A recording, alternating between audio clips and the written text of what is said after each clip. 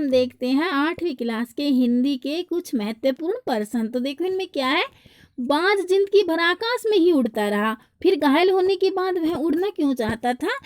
बाज जिंदगी भर आकाश में उड़ता रहा, लेकिन घायल होने के बाद भी वह उड़ना इसलिए चाहता था क्योंकि वह कमजोर और लाचार के समान जीवन नहीं जीना चाहता था।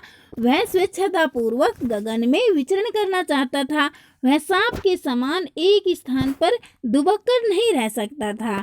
उसे भाग्य की अपेक्षा अपने कर्म पर विश्वास था, इसलिए वह अपनी कर्म भूमि में उड़ जाना चाहता था, जहां उसे किसी प्रकार की कोई रोक टोक न हो।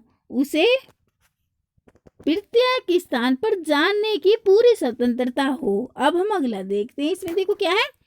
सांप उड़ने की इच्छा को मूर्खतापूर्ण मानता था, फिर उसने उड़ने की कोशिश क्यों की।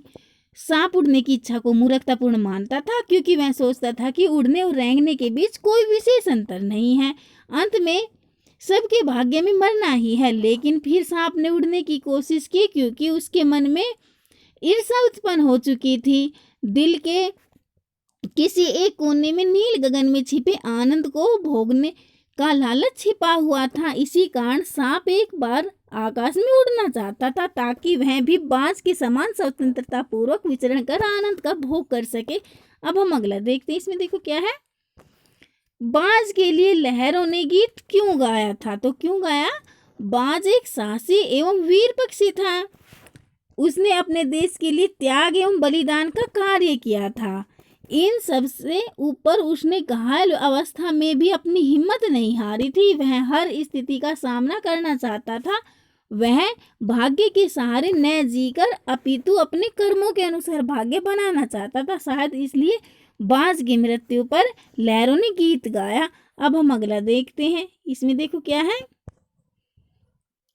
गोरिया की टोपी पर दर्जी ने 5 फुद के क्यों जड़ दिए। तो क्यों जड़ दिए। दर्जी राजा की 7वीं रानी की 10वीं संतान के लिए झब्बे सील रहा था। राजा की ओर से इसका उसे कोई मेहनताना भी नहीं मिलना था। एक प्रकार से वह बेगारी कर रहा था। दूसरी ओर गोरिया ने दर्जी को आधा कपड़ा देकर उसे मुंह मांगी मजदूरी दे दी। मुंह मांगी मजदूरी पाकर दर्जी बहुत खुश था। इसी खुशी एवं उल्लास में उसने टोपी पर 5 फुदकने लगा दिए। अब हम अगला देखते। इसमें देखो क्या है। उजरत से तात्पर्य है तो उजरत से मजदूरी। अब अगला देखते। इसमें देखो क्या है। गोरिया ने धुनिया को 16 आने में से कितनी मजदूरी दी। तो 8 आने। अब अगला देखते। इसमें देखो क्या है।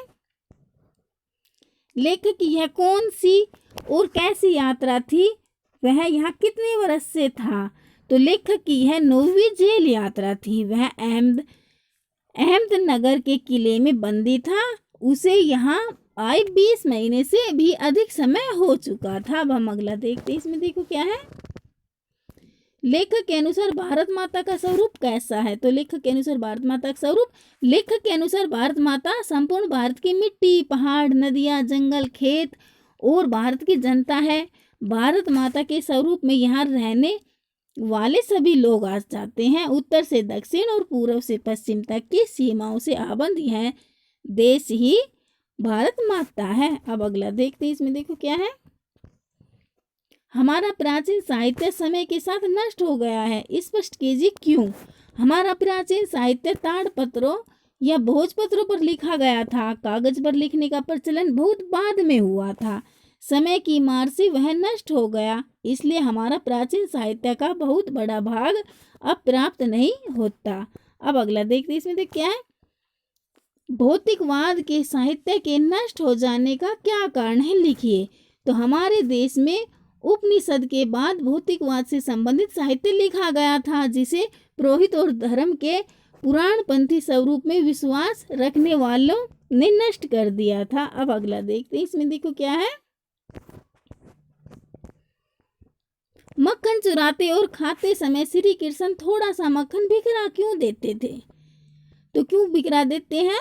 मक्खन चुराते और खाते समय श्री कृष्ण थोड़ा सा मक्खन बिखरा इसलिए देते थे ताकि किसी को यह न पता चले कि यह माखन कृष्ण ने खाया है। लोग यह सोचने लगे कि इस तरह छिटका कर मक्खन किसी पक्षी या किसी पशु ने खाया होगा। अतः अपनी बुद्धि और विवेक का सहारा लेकर श्री कृष्ण मक्खन खाने का अद्भुत आनंद उठाते थे। अब अगला देखते हैं, इसमें देखो क्या है। पुडू कोटे में साइकिल चलाना कौन सा आंदोलन है? तो आरक्षण। अब अगला देखते हैं, इसमें देखो क्या है।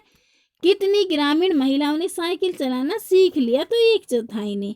अब अगला देखते हैं, इसमें देखो क्या है। यह मेरा अधिकार है, अब हम कहीं भी जा सकते हैं, यह शब्द किसने कहे? तो जमीला ने।